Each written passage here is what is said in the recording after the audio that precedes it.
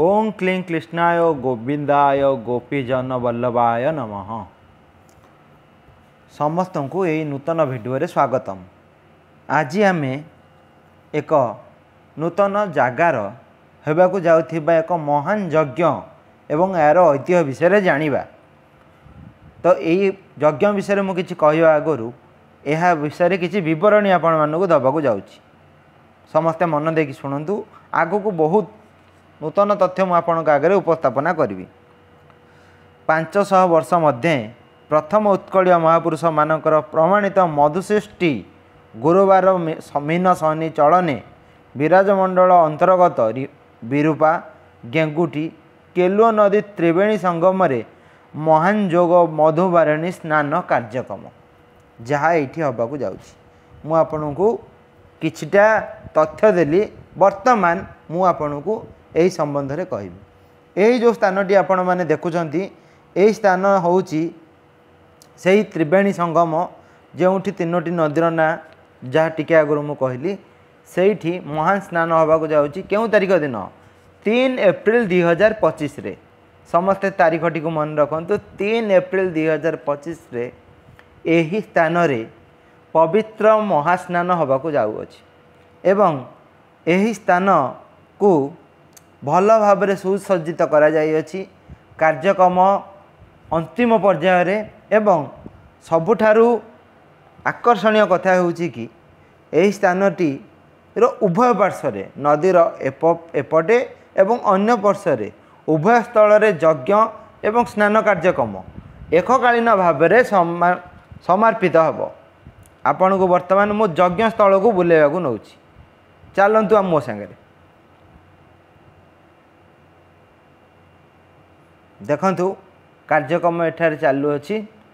किछि दिन पूर्वर आमर मेसीन जेसीबी साहाय्य स्थान को संपूर्ण रूपे परिष्कार करा जायछि एवं यही स्थानटी नाम होछि पाथपुर। पाथपुर जदि आपण मैंने गूगल ले सर्च करिवे पाथपुर लोकेशन पाई परिबे। वीडियो रे मु लोकेशन भी आपन को दे देबी जहाँ द्वारा आपण डायरेक्ट यही स्थान को आसी पारिबे एवं 3 एप्रिल एठारे पवित्र स्नान नहीं पारिबे जहाँ कि 500 वर्ष मध्य प्रथम थर समस्त को सुजोग मिलूँ। देखंतु ये जो पताकाटी आपण देखि पारछंती यही पताकार सीधा बा सरल रेखा रे अनेक गुड़िया पताका पोता जाई अछि जो गुड़ा को आपन को देखिया को चेष्टा करछि। देखंतु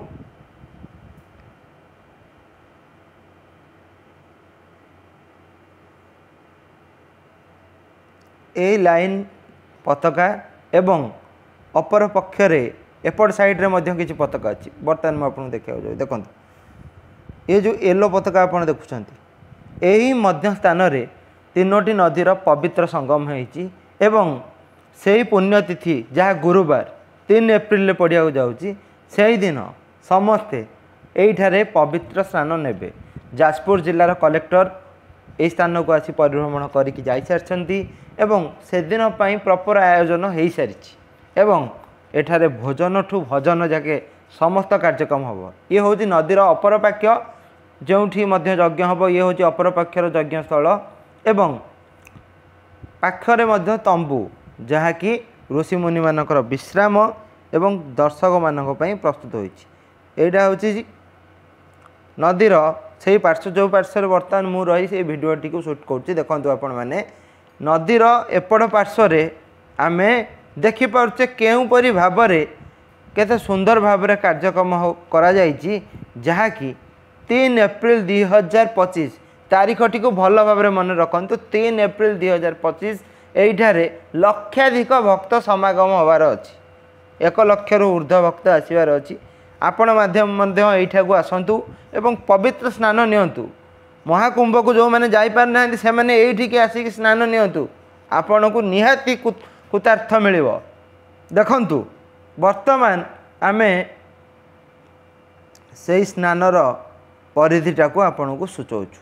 वर्तमान मु आपण को यज्ञ कुंड पाखक को नहीं जाउछि जोठारे ऋषि माने बा आमर बाबा माने सेठी घिओ पोड़ी करिवे एवं विश्व शांति उद्देश्य एक विराट यज्ञ समागम कराइबे। चलंतु देखिबा से यज्ञ कुंड।